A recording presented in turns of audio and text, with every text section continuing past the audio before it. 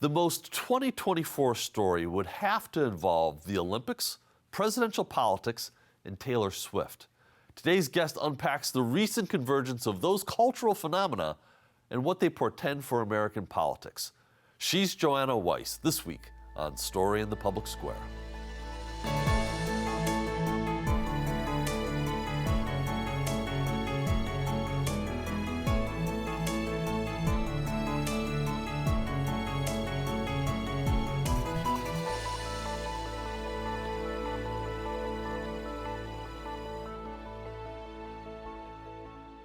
Hello and welcome to A Story in the Public Square, where storytelling meets public affairs. I'm Jim Ludis from the Pell Center at Salve Regina University. And I'm G. Wayne Miller, also with Salve's Pell Center. And our guest this week is Joanna Weiss, a Boston-based writer and editor. She's also a contributing writer for Politico Magazine. She's covered culture and politics for the Boston Globe, Boston Magazine, The Atlantic, Slate, and others, and is contributing to an album-by-album coffee table book about Taylor Swift due out in 2025. Joanna, it's so great to see you again. Thank you so much for having me. Well, you know, I mentioned this to you when we chatted yesterday, but when I heard that Taylor Swift had endorsed Kamala Harris, and then former President Trump had responded by saying, "I hate Taylor Swift," I immediately thought of you because we'd had you on last year. We'd had you on last year to talk about the phenomena that you had observed, where there were some similarities you thought in the culture around Taylor Swift and the culture around Donald Trump. You want just to recap that very briefly? What were those similarities that you saw in 2023?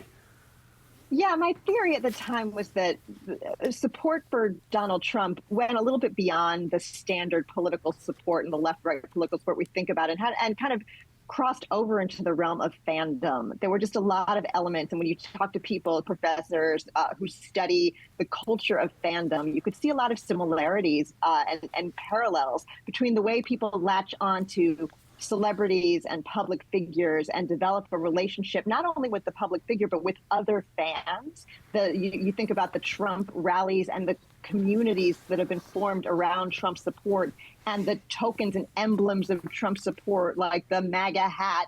And you can sort of see a parallel between that and the way, say, Taylor Swift fans put on their friendship bracelets and dress up in different eras and come together as a community to celebrate this public figure who they love. So now here we are in 2024, and we have this endorsement, we have this reaction by the former president. Are these two cultural phenomena is the fact that they're in conflict, what does that tell you? Yeah, it tells you, for one thing, that the country is divided and that people are tribal in the way they approach these divisions, that they really think of themselves still as not just individuals thinking about policy, but as members of a community and a tribe who are collectively part of a movement behind a particular person, a particular idea. And I think that, that's where Taylor Swift is trying to assert herself. She understands the relationship that she has with her fans. She understands the power she has in that relationship, the platform she has, the ability to influence people. And she has made a very conscious decision to use that power and try to influence the election. Some of what she says, she hedges it a little bit in her statement on Instagram that came out, where she announced that she was supporting Kamala Harris. She said something about, it's important to vote. I made my choice. You make your choice. Mm-hmm. But it's very clear where her loyalties lie and what she wants other people to do.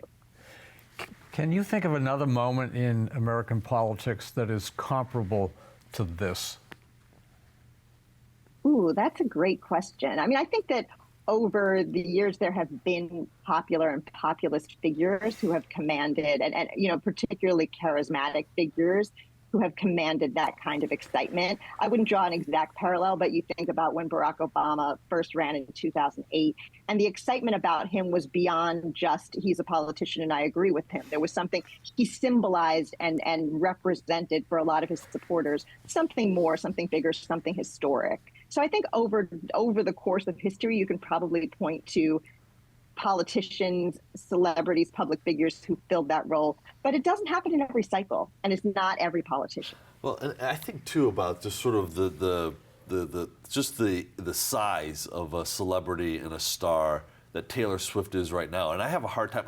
In 2004, I was working for John Kerry, and I can remember massive rallies in Wisconsin with Bruce Springsteen, a week or two before Election Day. But Springsteen, as a giant as he is, was not at the peak of his fame the way Taylor Swift is at this moment. And so I really struggle to think of any sort of analog that gives us any insight about what kind of impact she might actually have on the election. Do you have a sense? I mean, she is huge, you're right, this year. And I think that's part of why her endorsement has brought so much attention, because you're right, celebrities have endorsed politicians for a very long time, and they still do. Kamala Harris just had a big fundraiser with a ton of Hollywood people, and it doesn't move the needle or get people excited the way it has around Taylor Swift. And Taylor Swift herself has inched into politics. I mean, she started really after the 2016 election. She had really held everything close to the vest before that, and had, I think, because she came through Nashville and the country music scene, she saw what happened to the Dixie Chicks, if you remember, during the time of the Iraq War.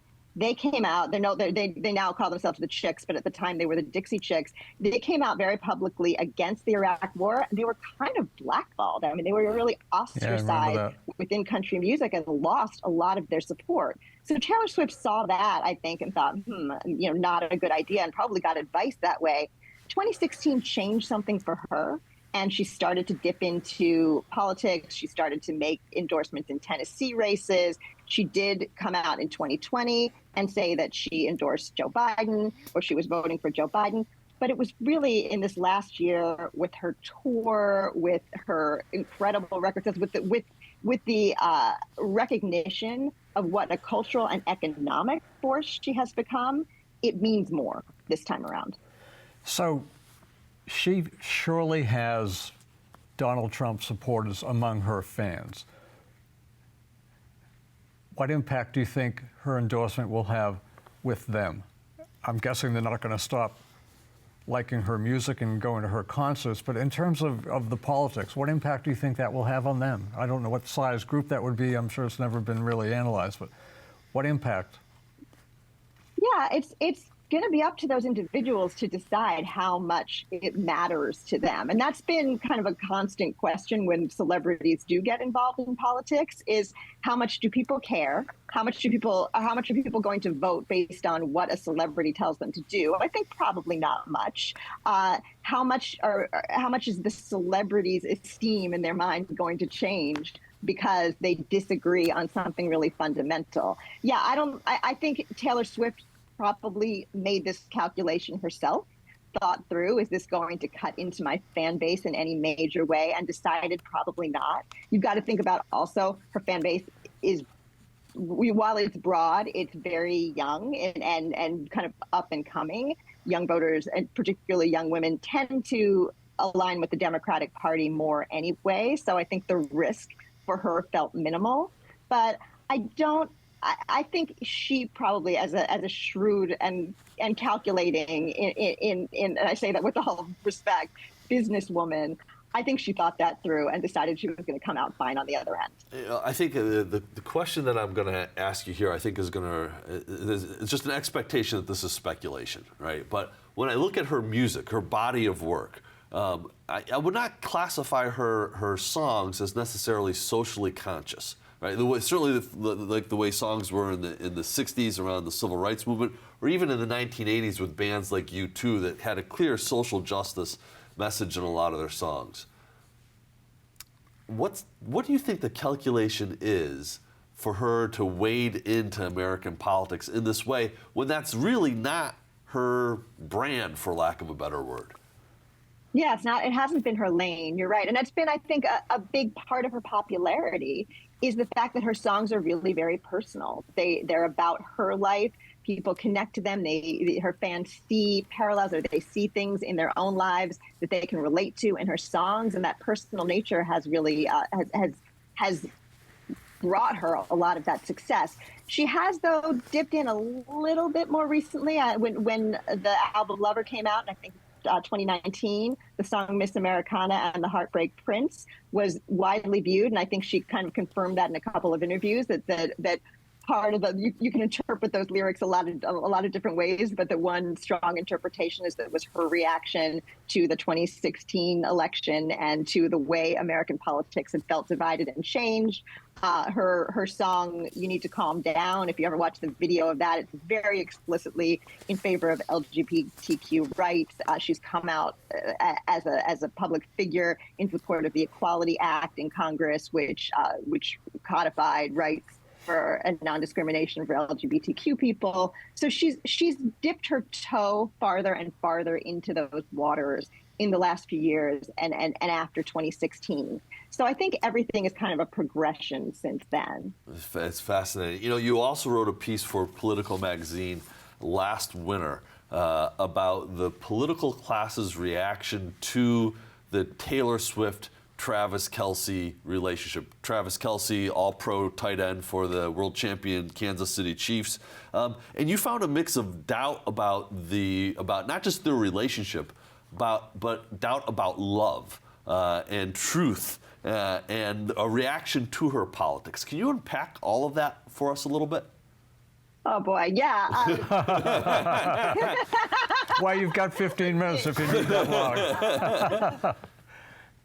If you recall, when Taylor Swift and Travis Kelce started dating and she started showing up, kind of flying, she was still on tour at the time, and she'd leave her tour and fly out to wherever the Chiefs were playing and show up in the box and cheer him on. And the country went haywire. All of a sudden, all these people were watching NFL games who hadn't been before.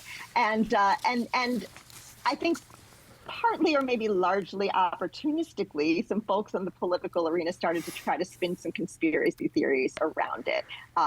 One guy in particular who I recall was Vivek Ramaswamy, who ran for president on the Republican side, then wound up endorsing and really getting behind Donald Trump and started spinning these very complicated, like grand unified conspiracy theories about, well, the first Taylor Swift endorsed Joe Biden, and then the Chiefs are going to win the Super Bowl, and then she's going to come out on the field and she's going to endorse Biden. And it was this whole complicated, like many things would have to line up to make this true. But it got some purchase, and I think part of the reason it did was because just people enjoy being partisan.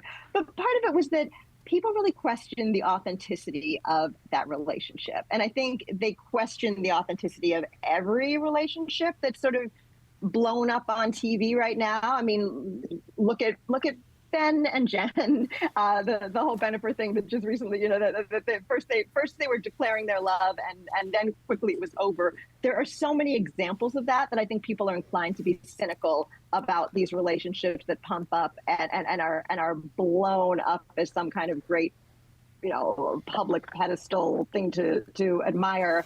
And then once you start getting politics involved with that, people are that much more cynical. So I think it was an idea that got some purchase because we were inclined to be like, I don't know about that. So in 2023, you moderated a roundtable for Politico Magazine about whether Democrats have a quote-unquote man problem. Some of the most recent polling shows headwinds for Vice President Harris, particularly among male voters. Is the problem simply because Harris is a woman, or is it something deeper than that?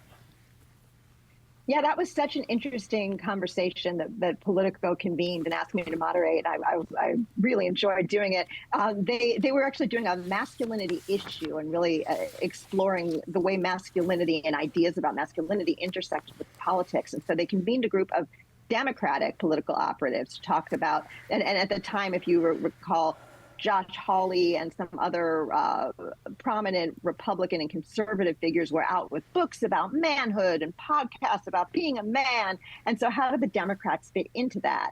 And it was a really fascinating conversation about how the Democratic Party is thinking about combating that really manly man Americana idea that's being promoted in politics. And it's a really different calculation for Democrats and for certain non-white communities. There were a couple of Latino operatives who were talking about how the conversation within the Latino community often is about being a provider and how are you a provider and what's the model and how do the Democratic policies affect men's ability to provide for their families. There are conversations about gender and how to approach gender in a way that crosses political boundaries. So there's this fascinating moment where the Democrats are trying to decide, well, do they combat that? We're tough with candidates who are sort of equally tough, and I'm the Navy SEAL jumping out of the plane, and I'm a Democrat, or do you posit forth a different alternative vision of what it means to be a man, what it means to be manly, what it means to be a provider? Well, and so, to tie that back into the Taylor Swift phenomena, it would almost seem in that context that a Swift endorsement is not necessarily what candidate Kamala Harris would need if she's trying to shore up support among men. I mean, there's so many things that Kamala Harris wants to and needs to do in order to get over the edge in this election. So, yes, one of them is winning over men because I think there's still a gender gap there. And whether Taylor Swift is the banner person for that or not is a good question. She also, though, wants to shore up her own base, and she wants to bring people out to the polls. And I think that's where Taylor Swift's endorsement, if it does help her, could help her. There's already been signs when Taylor Swift goes out on Instagram and says, hey, go to vote.gov and register to vote or consider registering to vote, traffic to vote.gov spikes tremendously. So if she can bring more people into the political arena and get people engaged in politics and get people out to vote, that's where her value is to Kamala Harris. So what else does Kamala Harris have to do to get support? You mentioned one thing, but there are others, obviously. I mean, what are the tasks awaiting her in the few weeks until the election for her to have victory? Oh, boy. Well, she's got to walk that tightrope that she's been walking right now between defining herself to a public that really is being introduced to her, has been introduced to her over the last couple of months for the first time. She was somewhat in the shadows when she was vice president for most of the Biden administration. So she's got to define herself while at the same time maybe not defining herself too much so that she alienates people with any positions. She's also got to, you can see her doing this, back off from some of the positions that she took when she was running in the primary for the 2020 election that are now seen as, particularly in some of these swing states, a little too progressive, a little too far left for the general electorate. So she's really got to assert who she is.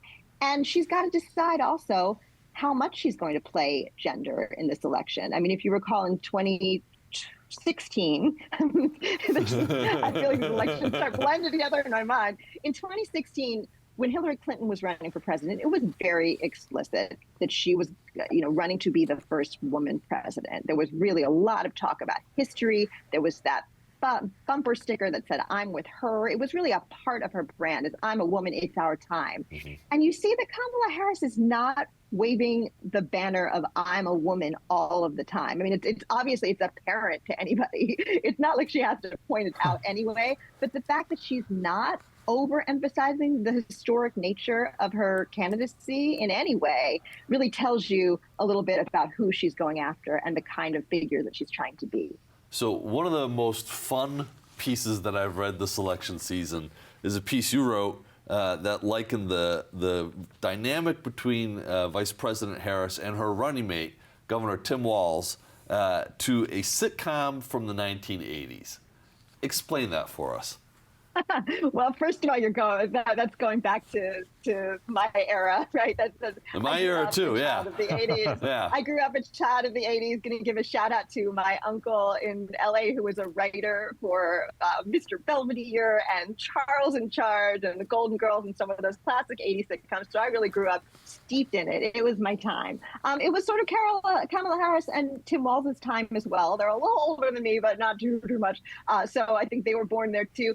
But really what it goes back to is what we were just talking about how that ticket, how those two politicians are defining themselves to the electorate. And when they came out in the summer and introduced themselves, they did some things like some kind of cute videos with a little bit of banter, them sitting in a restaurant, trading jabs. She's teasing him for his choice of what he puts on tacos. They introduced some humor and some personality into the campaign, I think, in my interpretation, borrowing some of the dynamics that you used to see in those 80s sitcoms, where it was like this loving couple and they supported each other, but they ribbed each other a little bit. And sometimes the guy was a little goofy and the woman was a little bit more of a straight person. And but there was also, I think, an aesthetic to those sitcoms. This was well before Curb Your Enthusiasm and It's Always Sunny in Philadelphia and some of those really cynical kind of hardcore, cringy sitcoms that I think we've become accustomed to in the last 10 or 15 years. There was just a gentle sweetness and wholesomeness to the 80s sitcoms, and this idea that here are all these people who are a little bit different, but they all love each other in the end. Here's the model for conflict resolution. We're all a family. And I really think that consciously or unconsciously was something that they were tapping into. So you're definitely bringing Jim and me back. What were some of the shows from the 80s that came to mind or come to mind now when you were writing this? Oh my gosh. I went back and watched some of the family ones were the first ones I went to. I went back and watched some Family Ties episodes and some Growing Pains episodes. Yeah. I know. And you kind of understand why they hook people in. I mean, it was a very different joke aesthetic. It was really that, these were multi-camera sitcoms with studio audiences. So it was like punchline setup. And very different again from those single camera, more film-like comedies that we're used to. But the family dynamic, that kind of, we're going to hug at the end feeling, really brought me back and kind of resonated with me as something, it was a nice thing we were experiencing back then in some ways. Well, it's interesting that you sort of view this through the lens of sitcoms, because one of the things that has struck me about certainly the rollout of Harris Walls as a campaign ticket was the embrace of joy and the embrace of laughter, and her ability to laugh sort of in public settings at appropriate times is kind of new, and certainly is not something that I associate with candidate Trump or even President Biden, for that matter. It's sort of an exceptional talent. Well, and think about where it lands in our culture today. We are a culture that's very much based on anger. And I think that social media drives that. I mean, social media algorithmically is built on people being engaged, and what gets people the most engaged and gets their most attention and gets them riled up so they're going to go back more and more and more. It's anger. It's not joy. It's anger. And so we've really been steeped in this culture that just, and honestly, you watch some of the cable news. If you're a TV junkie and you're going to watch the cable news shows, that's kind of built up in anger and anxiety and tension as well. Sometimes I watch those panels and my blood pressure, I can feel it going up, because that's what's going to keep me watching. The producers behind those shows are very wise. They're smart. They know what's going to keep me watching. Donald Trump knows very well how to exploit that feeling. And he's constantly mad. He's constantly trying to make people mad. So you're right to sort of step back and say, hey, I like Venn diagrams and I'm going to laugh about it. It's really interesting. I like Venn diagrams too. It's a really interesting way to land in the political arena, and it's a really different aesthetic to drop into this conversation, this broad national conversation that we're having. Yeah. So you referred to NBC's coverage of the Summer Olympics in Paris as the odd exuberance of fandom, because there are lots of celebrities and other people who are on those broadcasts. What did you mean by that? And break that down for us, please. Sure. Yeah, I wrote a piece for Politico during the Olympics. We were just struck by the ratings, just how well the Olympics were doing in terms of ratings and how many people were tuning in to NBC, to their streaming service, Peacock. And part of the reason was just it was a great games. There were these great individual athletic stories and people to jump onto. But part of the reason, and NBC has acknowledged this, is that they took an approach where they were going to bring celebrities into their broadcasting, and they were going to use them as interviewers, and they were going to sort of spot them along the way. So you had some unusual pairings for sports coverage. You had Colin Jost from Saturday Night Live, and they sent him out to Tahiti, and he was doing commentary on surfing. And you had a really well-known among a kind of Gen Z and millennial group, a podcaster who was out there doing these kind of live watch shows, sort of live streaming shows, kind of watching gymnastics and other events and narrating as it went. And then, of course, you had Snoop Dogg, who was everywhere. I mean, every time I turned on anything, there he is at beach volleyball, and he's at track and field, and of course he's at gymnastics. And so these people were stand-ins for fans. The other thing that really struck me, to get back to politics a little, was that they were very wrapped up, sometimes literally wrapped up in a flag, like wrapped up in Americana.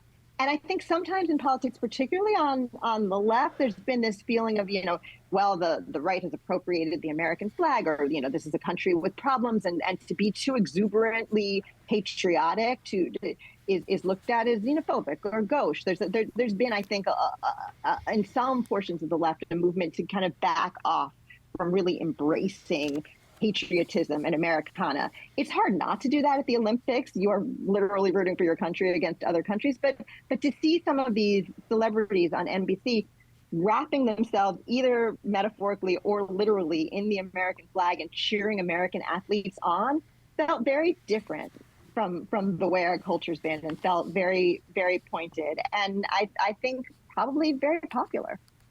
Joanna Weiss, you are a tremendous guest, and people can find your writing in Politico. Thank you so much for spending some time with us. That is all the time we have this week, but if you want to know more about the story in the public square, you can find us on social media or visit pellcenter.org, where you can always catch up on previous episodes. For G. Wayne Miller, I'm Jim Ludis, asking you to join us again next time for more Story in the Public Square.